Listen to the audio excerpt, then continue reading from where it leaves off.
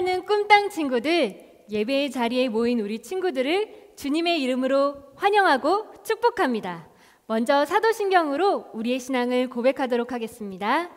나는 전능하신 아버지 하나님, 천지의 창조주를 믿습니다. 나는 그의 유일하신 아들, 우리 주 예수 그리스도를 믿습니다.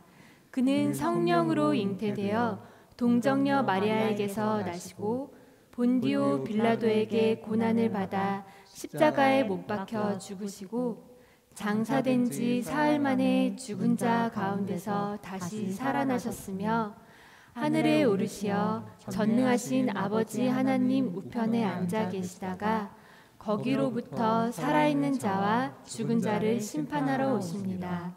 나는 성령을 믿으며 거룩한 공교회와 성도의 교제와 죄를 용서받는 것과 몸의 부활과 영생을 믿습니다. 아멘. 오늘도 우리에게 새 힘을 주시고 구원하시는 주님을 노래하기 원합니다. 함께 찬양할까요?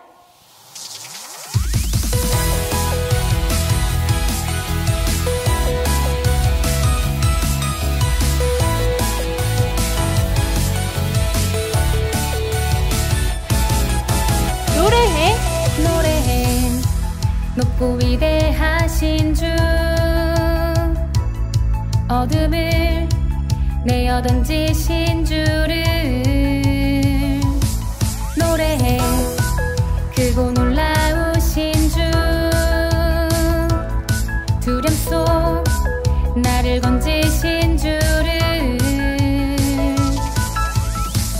주는 나의 힘, 주는 내 노래, 주는 내 구원, 주는 내 하나님. 주는 나의 힘, 주는 내 노래, 주는 내 구원, 주는 내 하나님.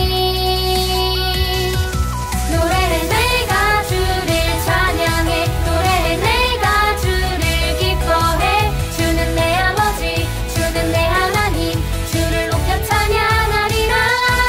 노래해 내가 주를 찬양해, 노래해 내가 주를 기뻐해. 주는 내 아버지, 주는 내 하나님, 주를 높여 찬양하리라. 영원히. 다시 한번 노래해. 높고 위대하신 주, 어둠에 내어 던지신 주래 노래해. 크고 놀라우신 주, 두려움 속 나를 건지신 주래. 주는 나의 힘, 주는 내 노래, 주는 내 구원, 주는 내 하나님. 주는 나의 힘, 주는 내 노래, 주는 내 구원, 주는 내 하나님. 노래해 내가 주를 찬양해, 노래해 내가 주를 기뻐해.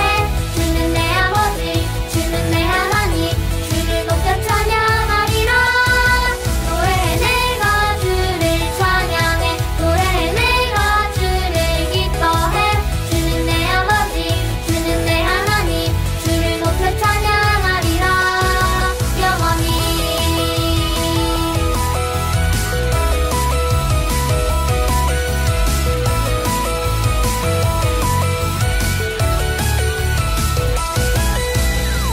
주는 나의 힘, 주는 내 노래, 주는 내 구원, 주는 내 하나님. 주는 나의 힘, 주는 내 노래, 주는 내 구원, 주는 내 하나님. 다시 한번 고백하며 찬양할까요? 주는 나의 힘, 주는 내 노래, 주는 내 구원, 주는 내 하나님. 주는 나의 힘, 주는 내 노래, 주는 내 구원, 주는 내 하나님. 노래해. 노래해 내가 주를 찬양해, 노래해 내가 주를 기뻐해. 주는 내 아버지, 주는 내 하나님, 주를 높여 찬양하리라. 노래해 내가 주를 찬양해, 노래해 내가 주를 기뻐해. 주는 내 아버지,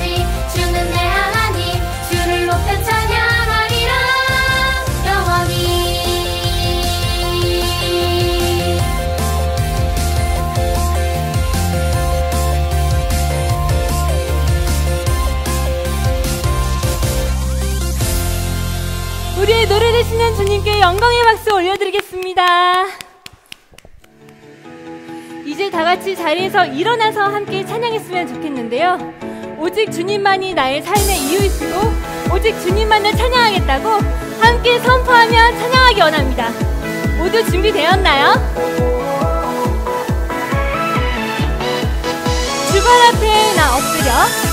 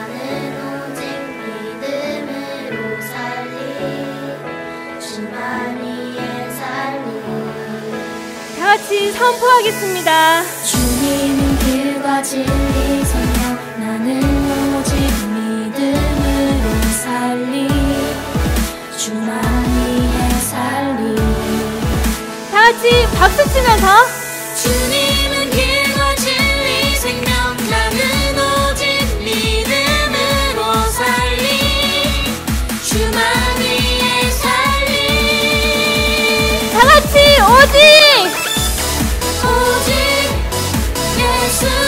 주님만이 나의 삶의 이유 오직 예수 주님만이 나의 삶의 이유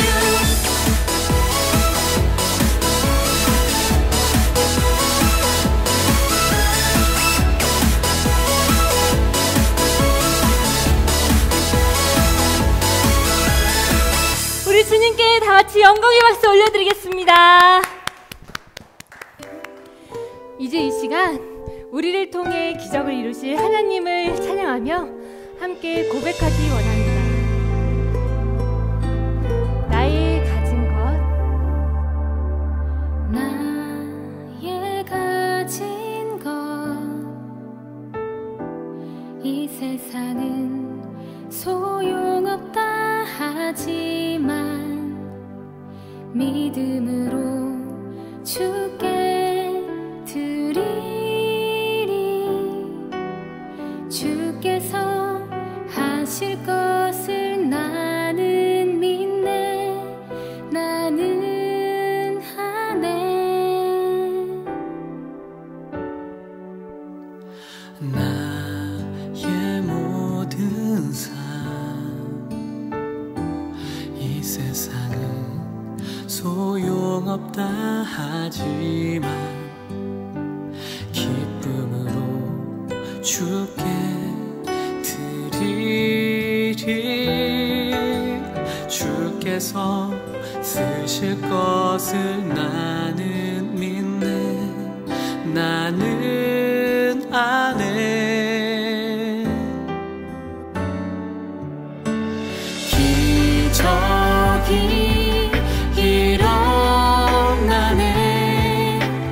내 안에 가진 작은 것으로 난 믿네. 나는 순종하네. 영원히 주를 따르리라. 다시 한번 마음을 다해 고백하겠습니다.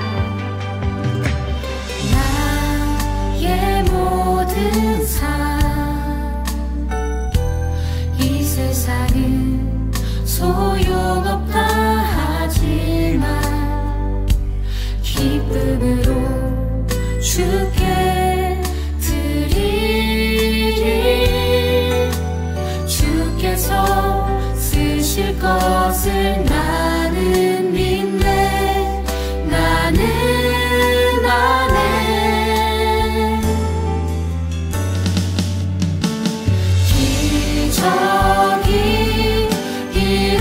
일어나네. 내 안에 가진 작은 것으로 난 믿네. 나는 순종하네. 영원히 주를 따르리라. 주께서 말씀하시니 너는 믿음으로 내게 나오라. 내가 가진 것은 나로 인해 보리라. 세상에서 알 수 없는 놀라운 기적.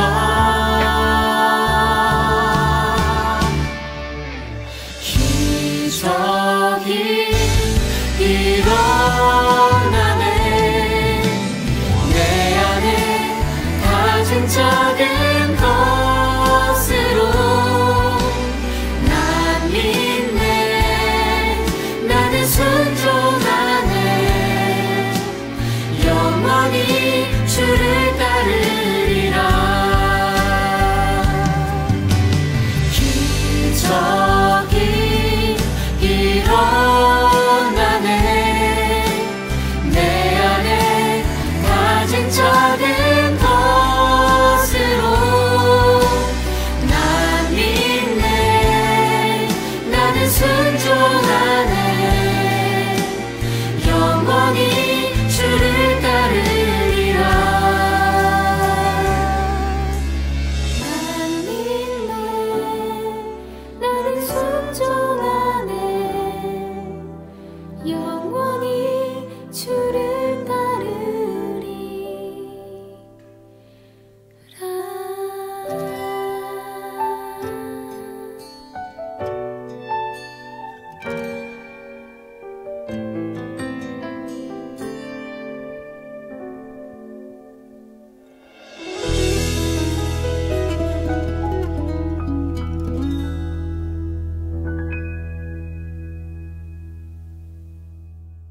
하나님 아버지, 오늘 우리가 예배드릴 수 있도록 해주셔서 감사합니다. 특히 코로나가 심해져서 한동안 온라인으로만 예배드렸는데 오늘부터 부분적이지만 예배당에서 다시 예배를 드릴 수 있게 해주셔서 감사합니다. 하나님, 전 세계 많은 사람을 아프게 하고 고통스럽게 하는 코로나가 빨리 사라지길 원합니다. 그리고 우리가 모두 함께 예배당에서 예배드리게 해주세요. 오늘 우리가 각자 있는 곳에서 온 마음을 다해 예배드릴 수 있도록 도와주세요. 우리의 예배를 기쁘게 받아주시고 우리가 예배를 통해 하나님과 더 가까워질 수 있도록 도와주세요. 하나님, 지금은 사순절 기간입니다. 우리가 이 기간 동안 우리를 구원해 주신 하나님의 은혜를 더 깊이 생각하게 해주시고 하나님을 더 많이 사랑할 수 있도록 해주세요. 그리고 하나님의 사랑을 다른 사람들에게 전할 수 있도록 도와주세요. 이 모든 것을 맡기며 예수님의 이름으로 기도합니다. 아멘. 지금 이 시간 보고 싶었던 목사님과 전도사님 그리고 선생님과 친구들을 생각하며 두 팔을 뻗어 축복하겠습니다.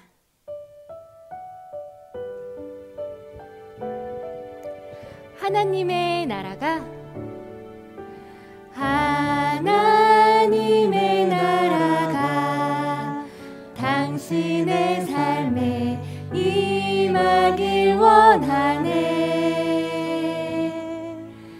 당신을 통하여서 주의 나라 이 땅에 세워지리라. 하나님의 은혜가 하나님의 은혜가 우리의 삶에 임하길 원하네. 우리를 통하여서 주의 나라 이 땅에 세워지리라.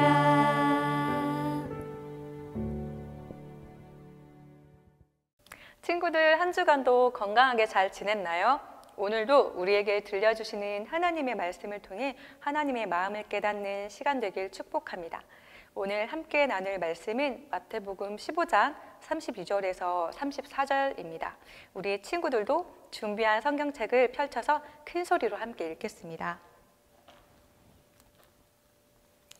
예수께서 제자들을 불러 말씀하셨습니다. 이 사람들이 나와 함께 있은 지 벌써 3일이나 됐는데 먹을 것이 없으니 불쌍하다. 저들을 굶겨 돌려보냈다가는 가다가 도중에 쓰러질 텐데 그렇게 하고 싶지 않다. 제자들이 대답했습니다.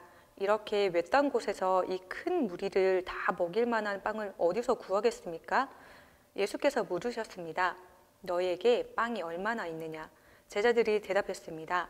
7개입니다. 그리고 작은 물고기도 몇 마리 있습니다. 아멘.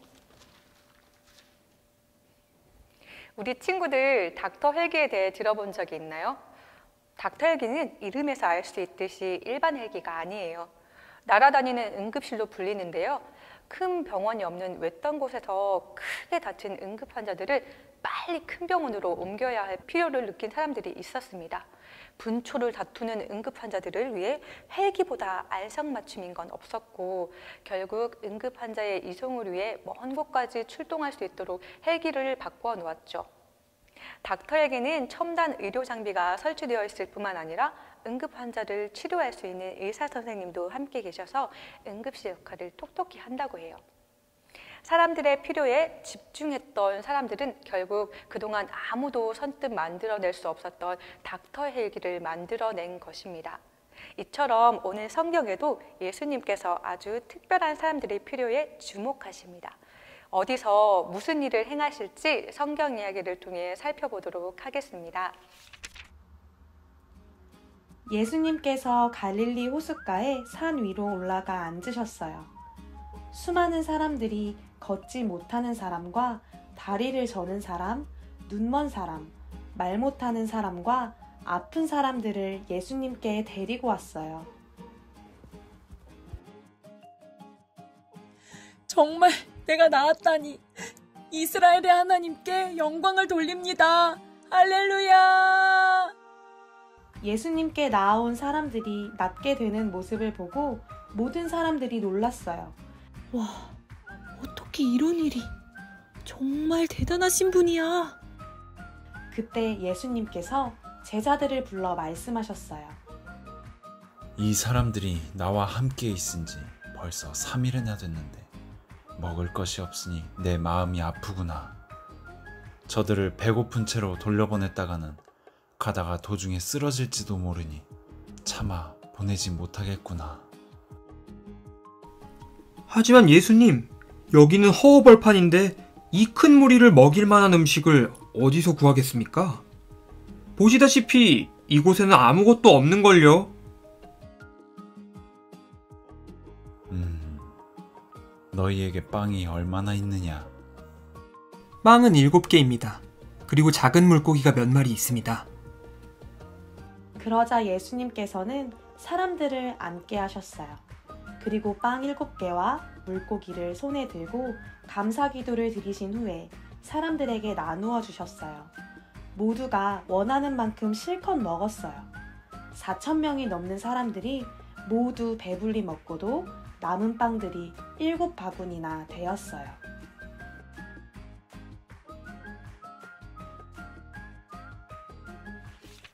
예수님께서는 예루살렘으로 향하시기 전에 대부분의 시간을 갈릴리 지역에서 보내셨습니다. 이야기를 시작하기 전에 갈릴리 지역에 대해 살펴보면 예수님께서 사시는 때에 이스라엘에는 헤롯 대왕의 4명의 아들들이 이스라엘 각 지역의 왕이 되어 다스리고 있었습니다. 4명의 왕 중 갈릴리 지역을 다스리던 왕은 안디바라는 왕이었습니다. 이 안디바 왕은 헤롯의 아들들 중 가장 유능한 왕이었고 또 그는 로마 황제 디베료의 열렬한 추종자이기도 했습니다. 안디바가 통치할 당시 갈릴리 호수 서해안에는 그가 추종하던 로마 황제 디베료의 이름을 딴 이방인의 도시인 디베랴가 만들어질 정도였습니다. 그런데 이방인의 도시가 생겨나면 어떤 문제가 나타날까요? 이방인들은 우상을 섬기는 사람들입니다. 이방인이 많아지게 되면 이방인과 결혼을 하고 그 문화를 받아들이며 하나님의 말씀을 어기며 사는 사람들로 도시의 문화가 바뀝니다. 이런 이유로 유대인들은 오래전부터 갈릴리 지역을 아예 이방인의 땅 갈릴리로 부르며 무시했고 부정하다고 여겼는데 이 사람들 중에는 다른 도시로 아예 이사를 가는 사람이 있을 정도였습니다. 그런데 예수님께서는 지금 이 갈릴리 지역으로 또다시 찾아가셨습니다. 이곳에서 예수님은 무슨 일을 행하셨을까요? 우리가 성경 이야기를 통해 확인한 것처럼 예수님께서는 갈릴리 지역에 있는 장애인들과 불치병을 앓고 있던 수많은 환자들을 만나셨고 고쳐주시기 시작하셨습니다. 그런데 예수님은 이 일을 하루 만에 끝내지 않으셨고 무려 3일 동안이나 계속하셨습니다. 큰 무리가 계속해서 수많은 환자들을 업거나 들것에 실어 날라 예수님의 발 앞에 가져다 둔 것이죠. 쉬지도 못한 채 같은 일을 계속하다 보면 어떨까요? 굉장히 피곤하고 힘듭니다. 그런데 예수님은 중간에 포기하지 않으시고 또 이렇게 말씀하십니다. 32절을 살펴보겠습니다. 예수께서 제자들을 불러 말씀하셨습니다. 이 사람들이 나와 함께 있은 지 벌써 3일이나 됐는데 먹을 것이 없으니 불쌍하다. 저들을 굶겨 돌려보냈다가는 가다가 도중에 쓰러질 텐데 그렇게 하고 싶지 않다. 아멘. 우리는 적당히 할 수 있는 정도로만 사람들을 돕습니다. 또 언젠가 나도 도움을 받을지도 모르니까 하는 마음으로 사람들을 돕기도 합니다. 그런데 예수님께서는 이득이 될 만한 사람만 돕지 않으셨고 또 적당히 돕지도 않으셨습니다. 어떤 사람이든 모두 온 마음과 힘을 다해 도우셨습니다. 덕분에 시간이 지나가는지도 모르실 정도였죠. 또 일을 끝마치신 이후에도 무엇이 더 필요한지 주목해서 바라보셨습니다. 그들을 주목해서 바라보신 후 예수님은 또 갈릴리 사람들에게 무슨 일을 행하셨을까요? 예수님을 만나기 위해 모여든 대부분의 사람들은 가난한 삶을 살던 사람들이었습니다. 그래서 예수님도 그 사람들을 그냥 치료만 하고 돌려보내면 안 되겠다고 생각하셨습니다. 병을 고쳐주신 예수님은 이번에는 무리들에게 먹을 것까지 주고 싶으셨죠. 주고 또 주고 싶었던 것이죠. 그런데 예수님의 마음과 같지 않았던 사람들이 있었어요. 바로 예수님의 제자들이었습니다. 제자들은 예수님께서 갈릴리 사람들이 먹을 것이 없어 불쌍히 여기시는 것을 알았지만 처음에는 빵을 나눠줄 생각도 없었고 찾아볼 신용조차 하지 않았습니다. 왜 그랬을까요? 첫째, 제자들이 가진 빵은 7개, 물고기도 2마리밖에 되지 않아 큰 무리들에게 나눠줄 수 없다는 판단을 한 것입니다. 맞아요. 현실적으로는 불가능해 보입니다. 하지만 얼마 전 이보다 적은 빵 5개와 물고기 2마리로 5,000명을 먹인 기적을 경험했던 제자들이었습니다.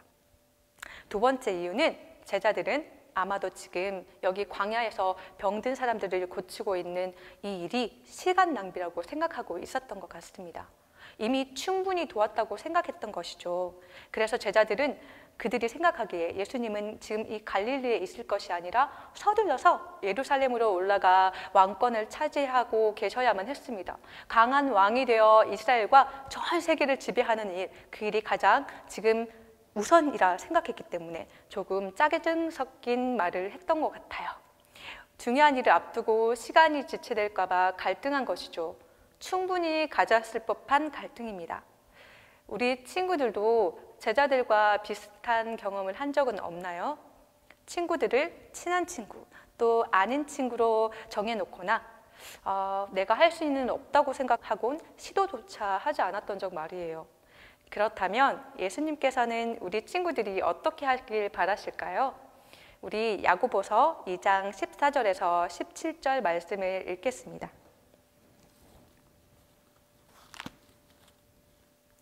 네, 형제들이여, 만일 누가 믿음이 있다고 하면서 행함이 없으면 무슨 소용이 있겠습니까? 그런 믿음이 자신을 구원하겠습니까? 만일 형제나 자매가 헐벗고 매일 먹을 양식도 없는데 여러분 가운데 누가 그들에게 잘 가라, 따뜻하게 지내고 배불리 먹으라고 말하며 육신에 필요한 것을 주지 않는다면 무슨 소용이 있겠습니까? 이와 같이 믿음도 행함이 없으면 그 자체가 죽은 것입니다. 아멘. 사랑하는 꿈땅 친구들, 믿음이 있다고 말로만 해서는 안 됩니다. 우리에게 주신 믿음은 반드시 행동으로 나타나야 합니다. 오늘 본문을 통해 보았던 것처럼 예수님께서도 당시 모든 유대인들이 꺼려하는 갈릴리 사람들에게도 경계하고 밀어내지 않으시고 직접 다가가셨습니다. 그리고 온 마음과 힘을 다해 아픈 곳을 직접 고쳐주시고 또 더 필요한 것이 무엇 없는지 살펴보셨습니다. 우리가 내일 내 가족의 일이 아닌 경우에는 비장한 결심이 필요할 정도로 우리는 그렇게 살아갑니다. 하지만 우리의 결심은 제자들처럼 3일이 지나면 끝나버릴 때가 많죠. 가만히 따져보면 말이 안 되는 일을 하고 있는 내 모습을 확인할 때 당장 그만두고 싶기 때문입니다. 우리의 의지로는 안 됩니다. 예수님의 마음을 우리 친구들이 비로소 품을 때 가능해집니다. 사랑하는 꿈땅 친구들, 전도사님과 약속 한 가지 할까요? 이번 주에는 그동안 내가 하지 못했던 일 중에 가족이나 친구들 또 주변 사람을 행복하게 할 수 있는 일 3가지를 해보면서 예수님을 묵상해 보는 건 어떨까요? 우리 친구들이 예수님의 길을 따라가고 진리를 따라갈 때 말의 사람, 논리의 사람, 또 이론에만 강한 사람이 되지 말고 믿음으로 행하는 사람, 실천하는 사람, 손과 발의 신앙의 사람이 되길 바랍니다. 우리 친구들을 통해 세상에 주님의 생명이 전해지는 놀라운 일이 일어나길 축복합니다. 우리 기도하겠습니다. 사랑의 하나님, 우리 오늘 말씀을 통해서 우리에게 주신 믿음이 어떠한 모습으로 나타나야 되는지를 배웠습니다. 우리가 믿음을 가질 때 행동해야 함을 우리가 배웠습니다. 우리 친구들이 날마다 진리를 따라갈 때 우리 친구들의 생각과 어떤 감정이 아니라 또 세상의 그 어떤 논리가 아니라 하나님께서 주신 믿음으로 행동할 줄 아는 친구들이 될 수 있도록 도와주세요. 이번 한 주간도 믿음으로 행동하는 시간을 갖고자 합니다. 지혜와 능력을 주셔서 기쁨으로 또 감당할 수 있도록 주님 인도해 주세요. 예수님의 이름으로 기도드립니다. 아멘. 우리 주 기도문으로 예배를 마치도록 하겠습니다.